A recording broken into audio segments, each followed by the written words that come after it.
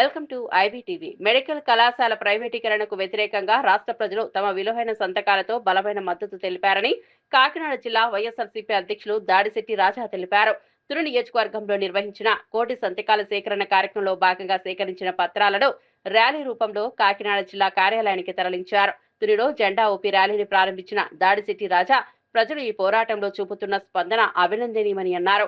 Medical విద్యను వ్యాపారంగా మార్చేందుకు ప్రభుత్వం ప్రయత్నిస్తోందని, అది భవిష్యత్ తరాలపై తీవ్ర ప్రభావం చూపుతుందని పేర్కొన్నారు. చంద్రబాబు ఒంటెద్దు పోకడతో ప్రజల భవిష్యత్తు ప్రశ్నార్థకం అవుతుందని రాజా తీవ్రంగా విమర్శించారు.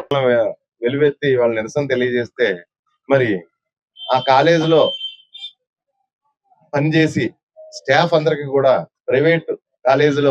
ప్రైవేటైజేషన్ చేసి ప్రైవేట్ కాలేజీలో పనిచేసి స్టాఫ్ అందరికి కూడా మరి నెలకి 5-6 కోట్ల రూపాయలు జీతాల కింద కూడా ప్రభుత్వం స్పెషల్ బొనాంజా కూడా ప్రకటించడం జరుగుతుంది. మరి ఒకసారి ఈ రాష్ట్ర ప్రజల నిరసన గలాన్ని మరి పరిపాలన చేసే వాళ్ళు ఒకసారి గమనించాలి. మరి మనం రీసెంట్ గా చూస్తున్నాం ఇండిగో పరిస్థితి ఎలా వచ్చిందో.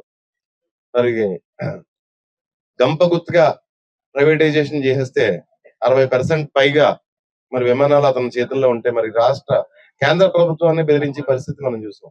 మరి వైద్యం విద్యను కూడా ప్రైవేటైజేషన్ చేస్తే మరి వీళ్ళందరూ ఏకమై మళ్ళీ మన రాష్ట్ర ప్రభుత్వాన్ని బెదిరించరు అని చెప్పేసి మీకు ఏమైనా నమ్మకం ఉందా అని చెప్పేసి నేను అడుగుతున్నాను. ఇప్పటికే విద్యా వ్యవస్థలో చూస్తున్నాం, ప్రైవేట్ కాలేజీలు, ప్రైవేట్ స్కూల్స్ ఏ విధంగా జనాల్ని ఫీజులతో ఇబ్బంది పడుతున్న పరిస్థితి మనం చూస్తున్నాం.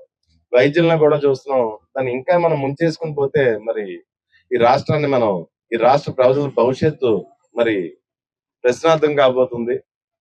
ఖచ్చితంగా ఈ రాష్ట్ర ప్రజలందరూ కూడా తమ బాధ్యతగా ఈ దేశంలో ఎప్పుడూ లేని ఉద్యమాన్ని, నిరసనని తెలియజేయడం జరిగింది. వాళ్ళ నిరసనని ఖచ్చితంగా పరిగణలో తీసుకుని ఈ విషయమై ప్రభుత్వం పునరాలోచించుకోవాలని చెప్పేసి కోరుకుంటున్నాను. అదే విధంగా ఈ కార్యక్రమాన్ని ఈ 45 రోజుల నుంచి ఈ కార్యక్రమాన్ని ఇంత విజయవంతంగా పూర్తి చేసిన తుని నియోజకవర్గ వైఎస్ఆర్ కాంగ్రెస్ పార్టీ కుటుంబ సభ్యులందరికీ కూడా ధన్యవాదాలు తెలియజేసుకుంటూ సెలవు తీసుకుంటాం.